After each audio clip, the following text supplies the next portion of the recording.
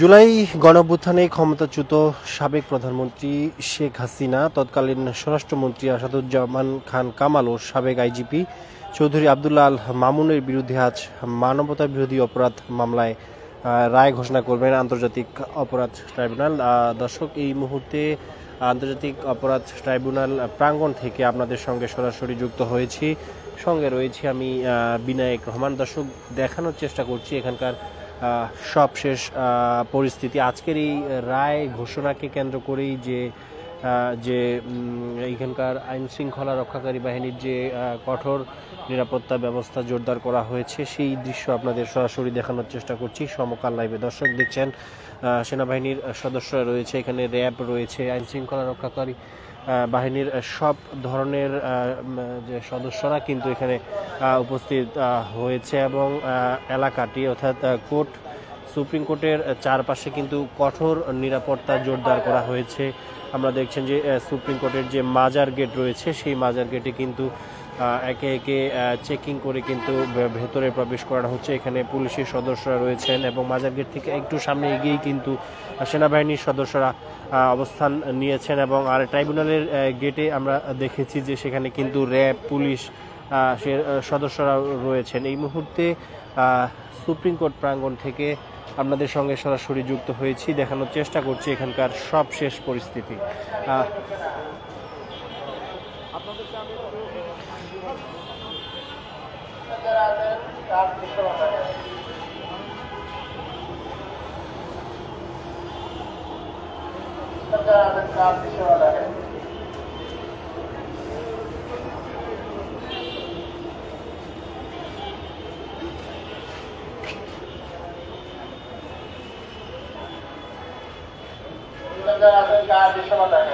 নিরাপত্তা জোরদার করা হয়েছে।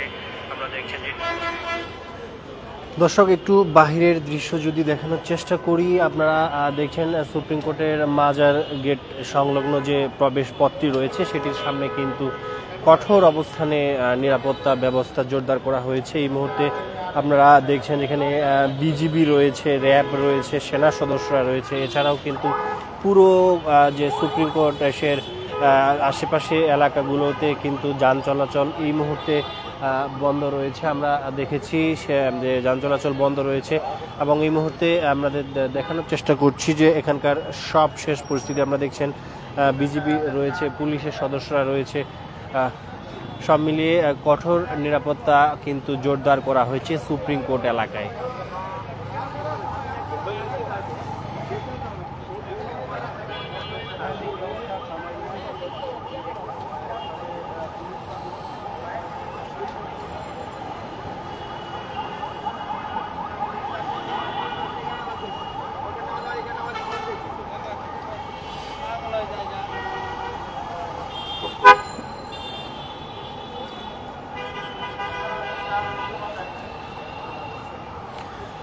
দর্শক, জানিয়ে রাখি, আন্তর্জাতিক অপরাধ ট্রাইব্যুনাল 1-এর চেয়ারম্যান বিচারপতি মোহাম্মদ গোলাম মুর্তুজা মজুমদারের নেতৃত্বে বিচারপতি মোহাম্মদ শফিউল আলম মাহমুদ ও বিচারক মোহাম্মদ মহিতুল হক এনাম চৌধুরীর সমন্বয়ে গঠিত 3 জনের যে প্যানেল রয়েছে, এই প্যানেল এই রায় ঘোষণা করবেন এবং আজ 11টায় রায় ঘোষণা হতে পারে বলে জানিয়েছেন প্রসিকিউটর গাজী HM তামিম। এ মামলায় রাষ্ট্রপক্ষে ছিলেন attorney general Mohammad Asaduzzaman, chief prosecutor advocate Tajul Islam, advocate Mizanul Islam এবং প্রসিকিউটর গাজী MH তামিম। দর্শক, এই মুহূর্তে দেখানোর চেষ্টা করছি সুপ্রিম কোর্ট প্রাঙ্গণ থেকে সবশেষ পরিস্থিতি।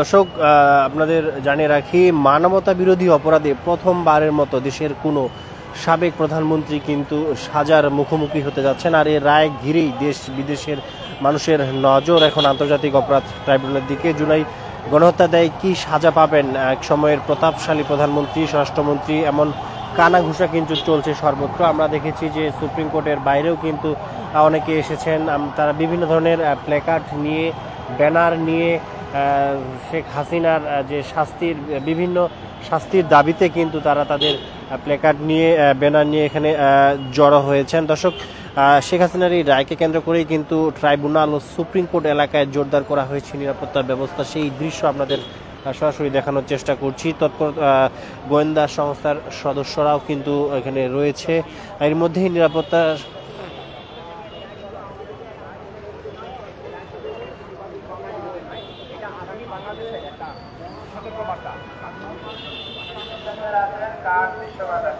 দর্শক, দেখানোর চেষ্টা করছি ট্রাইব্যুনাল ও সুপ্রিম কোর্ট এলাকার সবশেষ পরিস্থিতি।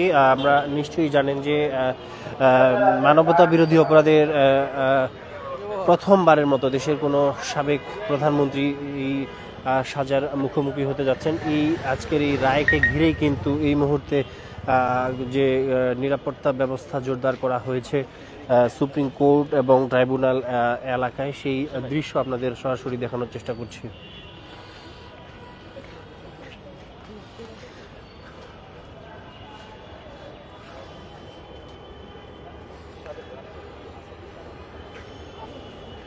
দর্শক, জানিয়ে রাখি, মানবতা বিরোধী অপরাধের এ মামলায় শেখ হাসিনা ছাড়াও আসামি রয়েছেন সাবেক স্বরাষ্ট্রমন্ত্রী আসাদুজ্জামান খান কামাল ও সাবেক আইজিপি চৌধুরী আবদুল্লাহ আল মামুন। যদিও রাজসাক্ষী হয়ে নিজের একসময়ের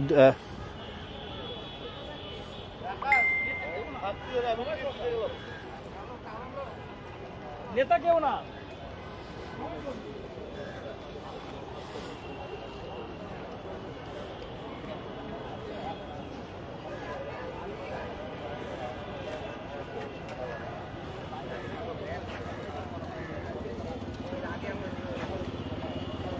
দর্শক দেখছেন সমকাল লাইভ। এই মুহূর্তে সুপ্রিম কোর্ট ও ট্রাইব্যুনাল, আন্তর্জাতিক অপরাধ ট্রাইব্যুনাল প্রাঙ্গণ থেকে আপনাদের সঙ্গে সরাসরি যুক্ত হয়েছি। আপনাদের ঠিক অপরাধ ট্রাইব্যুনালের সামনের যে ফটকটি প্রবেশ পথ রয়েছে সেখান থেকে আপনাদের দেখানোর চেষ্টা করছি এখানকার সবশেষ পরিস্থিতি। আমরা দেখছেন যে শেখ হাসিনার যে রায় ঘোষণা হবে সেই রায়কে ঘিরেই কিন্তু কঠোর নিরাপত্তা ব্যবস্থা জোরদার করা হয়েছে পুরো ট্রাইব্যুনাল প্রাঙ্গণ। সেই দৃশ্য আপনাদের দেখানোর চেষ্টা করছি। আমরা দেখছেন র্যাবের সদস্যরা রয়েছেন, এখানে অসংখ্য গণমাধ্যম কর্মীও কিন্তু রয়েছেন।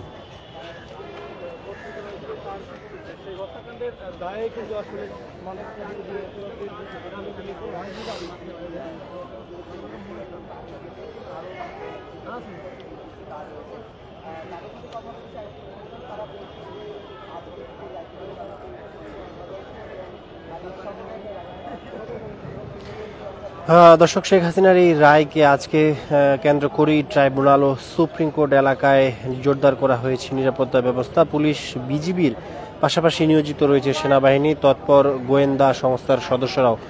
দর্শক, এরই মধ্যে নিরাপত্তার স্বার্থে গতকাল সন্ধ্যার পর থেকেই আমরা দেখেছি দোয়েল চত্বর হয়ে শিক্ষা ভবনমুখী সড়কে যান চলাচল বন্ধ করে দিয়েছে আইন শৃঙ্খলা রক্ষাকারী বাহিনী। একই সঙ্গে সীমিত করা হয়েছে পথচারীদের চলাচল। এছাড়াও আন্তর্জাতিক অপরাধ ট্রাইব্যুনাল একের চেয়ারম্যান বিচারপতি মোহাম্মদ গোলাম মুর্তজা মজুমদারের নেতৃত্বাধীন 3 সদস্যের বেঞ্চ বসার সময়ও নির্ধারণ হয়েছে। আমরা যেমনটি জেনেছি যে বেলা 11টায় কার্যক্রম শুরু হবে, অর্থাৎ আর মাত্র কিছুক্ষণ পরেই কিন্তু এই যে তাদের কার্যক্রম সেটি কিন্তু শুরু হবে।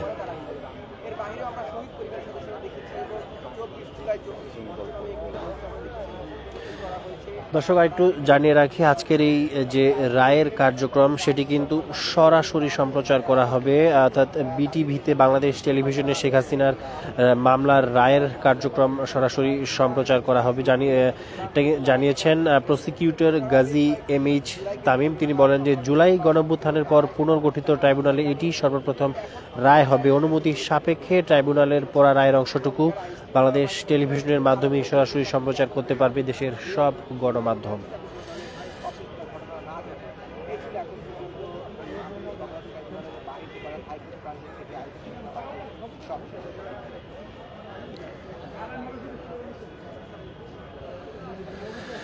দর্শক, আমরা যেমনটি জেনেছি এ মামলায় মোট 28 কার্য দিবসে 54 জন সাক্ষীর সাক্ষ্য জেরা শেষ হয়, আর 9 কার্য দিবসে চলে প্রসিকিউশন স্টেট ডিফেন্সের যুক্তিতর্ক পাল্টা যুক্তিখণ্ডন। 23 অক্টোবর রাষ্ট্রের প্রধান আইনকর্তা অ্যাটর্নি জেনারেল মোহাম্মদ আসাদুজ্জামানের সমাপনী বক্তব্য এবং চিফ প্রসিকিউটর মোহাম্মদ তাজুল ইসলাম ও রাষ্ট্রনিযুক্ত আইনজীবী আমির হোসেনের যুক্তিখণ্ডন শেষে রায়ের তারিখ নির্ধারণ সময় দেন ট্রাইব্যুনাল।